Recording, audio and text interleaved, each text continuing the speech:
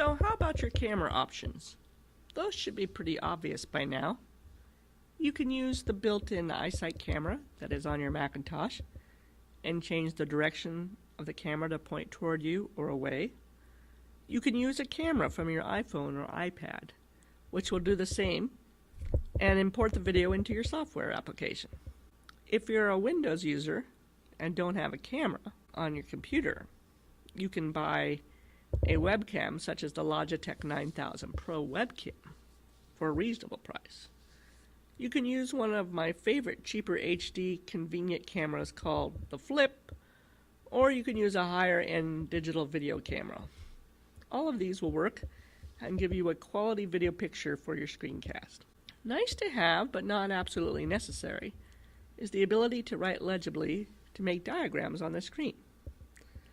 The Wacom bamboo tablet that hooks to your computer via USB will allow you to draw with a stylus in a variety of applications on your computer. The El Corral bookstore sells the Wacom bamboo tablets for around $100, and they are very handy to have. Another option is to use an iPad and draw with an iPad stylus in a drawing note-taking app. I would suggest you draw equations in the iPad app Explain Everything as you talk, and then save the video out and import it back into Camtasia, wherever you wish to demonstrate your drawing or diagramming. Other possible needs might include a tripod for videotaping, a teleprompter, or a green screen. First of all, if you use a video camera, don't rely on having someone hold the camera. It will be jittery. You need the stability of a good tripod. Even though apps like iMovie will let you add stability after the fact, it still won't come out as well as if you had used a tripod. Teleprompters are helpful if you plan to do a lot of talking head sections in your video. iTunes sells a number of teleprompters for the iPad.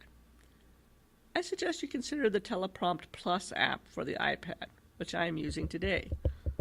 Even though I'm not doing a talking head, I still like to use it to keep track of my script.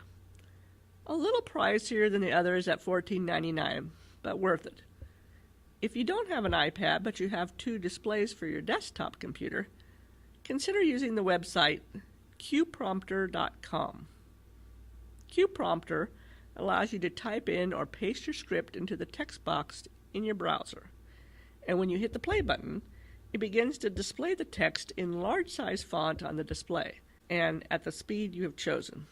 This is a pretty cool and free tool, which makes it even cooler.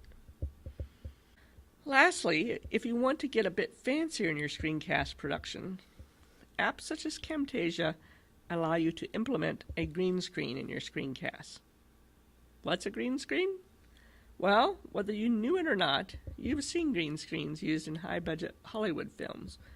Basically, an actor is recorded speaking or doing an action in front of a green sheet, green wall, or green tarp, and later the software replaces wherever there was green with other images, other video, etc.